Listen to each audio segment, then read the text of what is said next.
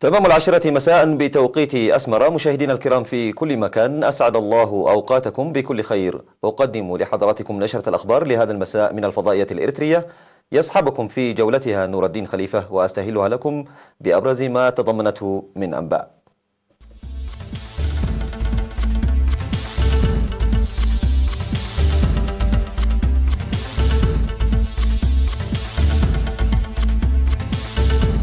شباب عصب يزورون دفاعات دحتم. أنشطة زراعية فاعلة في دبروة. ضمان الخدمات الاجتماعية في شامبوكو. كوريا الجنوبية تندد بتقارير يابانية عن انتهاك عقوبات. جوع العالم يناهزون المليار. وإيطاليا تضبط صاروخا وأسلحة في مداهمات.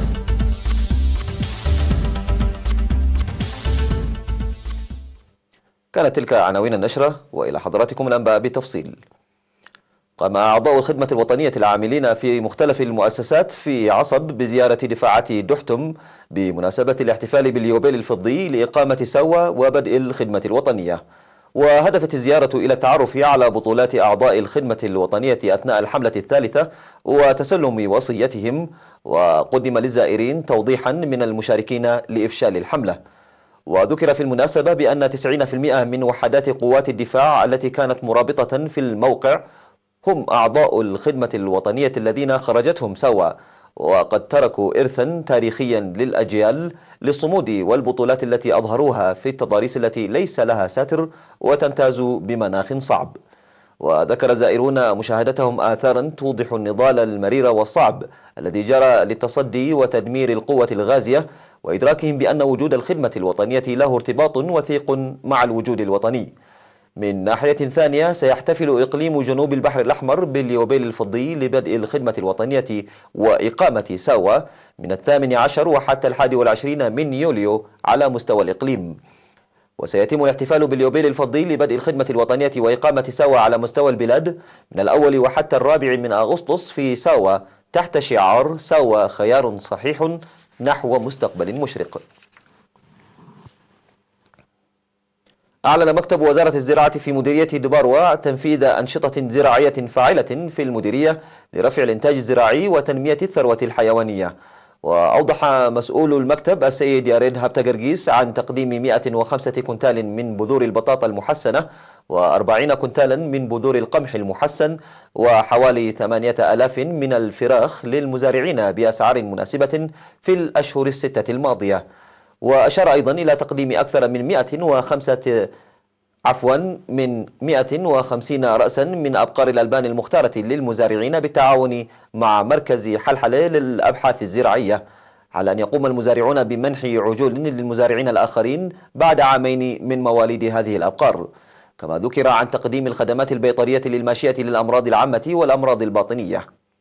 من جهة أخرى، أفاد السيد ياريد ببناء المدرجات في مساحة تقدر بأكثر من 135 هكتارا بمشاركة حوالي 15 ألفا من السكان قبل حلول موسم الأمطار، وحراثة مساحة 3320 هكتارا من الأراضي الزراعية وبذرها. طالب مزارعو مديرية فورتو الجهات المختصة لإجراء الصيانة الأساسية لمجرى الشدا التحويلي الذي أدى تعطله في إضعاف النشاط الزراعي. وأوضح مسؤول التنمية الاقتصادية في المديرية السيد عقباي براخي في الاجتماع الذي عقد لبحث أنشطة جمعية مزارعي الزراعة المطرية وأوضاع المجرى التحويلي أن أكثر من 600 مزارع ينمون مساحة 850 هكتارا بجوار مجرى الشدا التحويلي. ودعت لتقديم الدعم الآلي لإيجاد حل أساسي لإزالة الطمي الذي أغلق المجاري وبوابات المجرى رغم جهود السكان لإصلاحه عبر النفير الجماعي.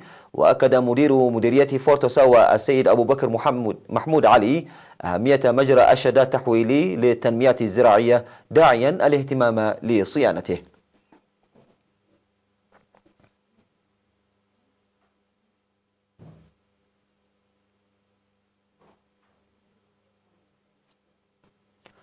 دعت إدارة مديرية شامبوكو المؤسسات الحكومية عامة والإدارات خاصة للعمل المنسق لضمان استمرارية عمل مؤسسات الخدمات الاجتماعية التي أرسيت في مختلف مناطق المديرية لأطول فترة ممكنة.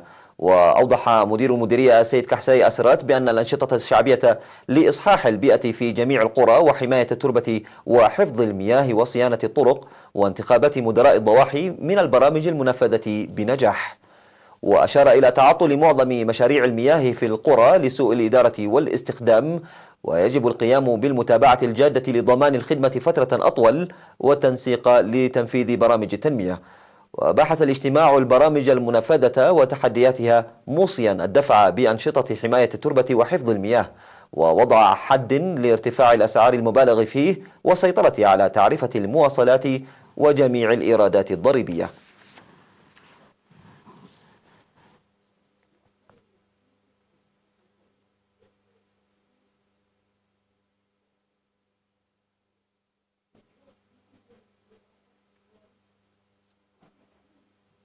أفاد مراسل وكالة إيرنا عن اضطرار السكان الغارقة منازلهم جراء الأمطار الغزيرة التي هطلت في 10 من يوليو في مدينة أغردات إلى أماكن أخرى، مشيرا إلى تضرر ممتلكاتهم.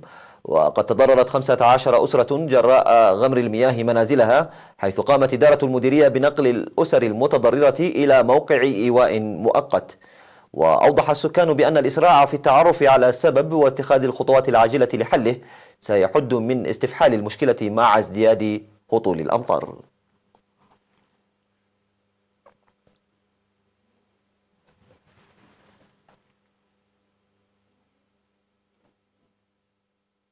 أعزائي المشاهدين، كانت تلك أخبارنا الداخلية. فاصل قصير وأوافيكم بالأخبار على الصعيد العالمي. ابقوا معنا.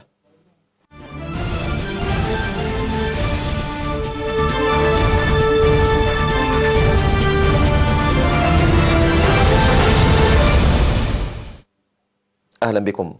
قال الرئيس الكوري الجنوبي مون جي إن إنما تردد عن اتهام اليابان لسيول بانتهاك العقوبات الدولية المفروضة على كوريا الشمالية من خلال تصدير سلع محظورة لها يعد تحديا خطيرا لبلاده. وشددت اليابان القيود على تصدير 3 مواد تستخدم في معدات التكنولوجيا المتطورة، مشيرة إلى عدم كفاية معايير الرقابة على المواد الحساسة المصدرة إلى كوريا الجنوبية. ومما زاد من التوترات ما ذكرته هيئة الإذاعة وشبكة التلفزيون فوجي الإخبارية اليابانيتين أن فلوريدا الهيدروجين، وهو أحد المواد الثلاث التي شملتها القيود والتي يمكن استخدامها في صناعة الأسلحة الكيميائية، تم شحنه إلى كوريا الشمالية بعد تصديره إلى كوريا الجنوبية. وقالت كوريا الجنوبية إن هذه التقارير لا أساس له من الصحة، وإنها أكثر حرصا من اليابان على اقتفاء أثر الصادرات غير المشروعة. وعقدت كوريا الجنوبية واليابان جلسة محادثات مطولة استمرت 5 ساعات في طوكيو، لكن الخلاف ازداد عمقا في الوقت الذي قدم فيه كل من الجانبين مطالب متعارضة إلى الجانب الآخر.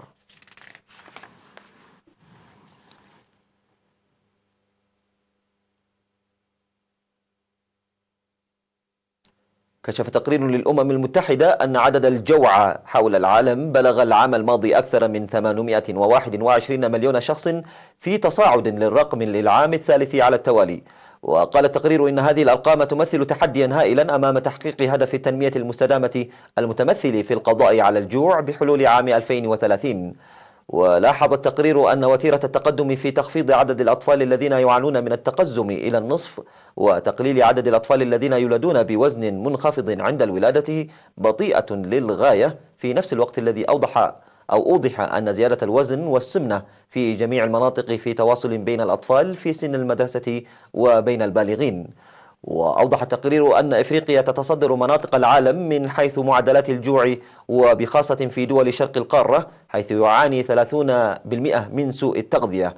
وأرجع تقرير ذلك إلى التباطؤ والركود الاقتصادي في القارة. وبحسب التقرير الأممي فإن أكبر عدد من المصابين بنقص التغذية بلغ أكثر من 500 مليون شخص، معظمهم في بلدان جنوب آسيا.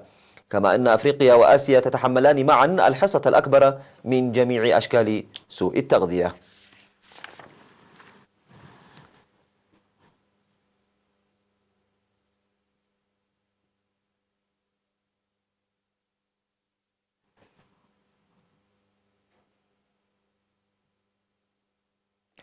قالت الشرطة الإيطالية إنها صادرت كمية كبيرة من الأسلحة منها صاروخ جوجو في مداهمات لمنازل متعاطفين مع النازيين الجدد. وذكر بيان الشرطة أن قوات خاصة فتشت منازل في شمال إيطاليا بعد تحقيق بشأن إيطاليين قاتلوا في صفوف القوات الانفصالية المدعومة من روسيا في شرق أوكرانيا. وخلال المداهمات عثرت الشرطة على صاروخ جوجو فرنسي الصنع من طراز ماترا. وأظهرت فحوص لاحقة أن الصاروخ سليم لكن لا يحتوي على شحنة متفجرة. ومن بين الأسلحة الأخرى المضبوطة 26 بندقية و20 حربة وما يزيد على 800 عيار ناري.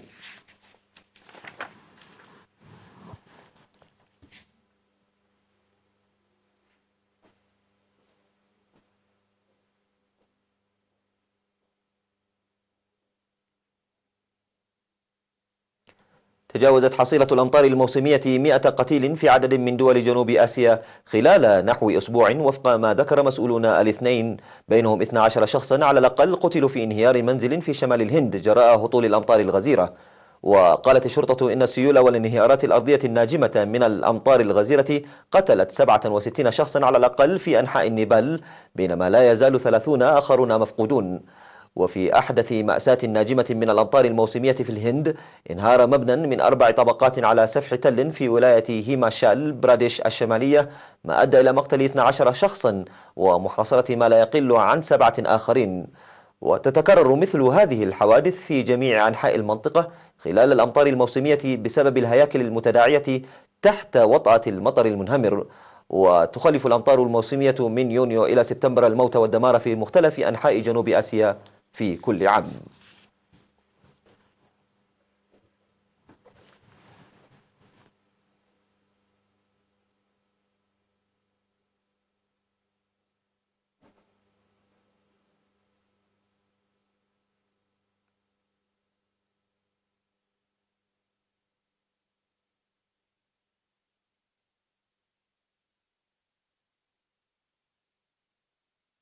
بهذا مشاهدينا الكرام وصلت بكم إلى نهاية نشرة الأخبار لهذا المساء من الفضائية الإريترية. تحية لكم في أمان الله.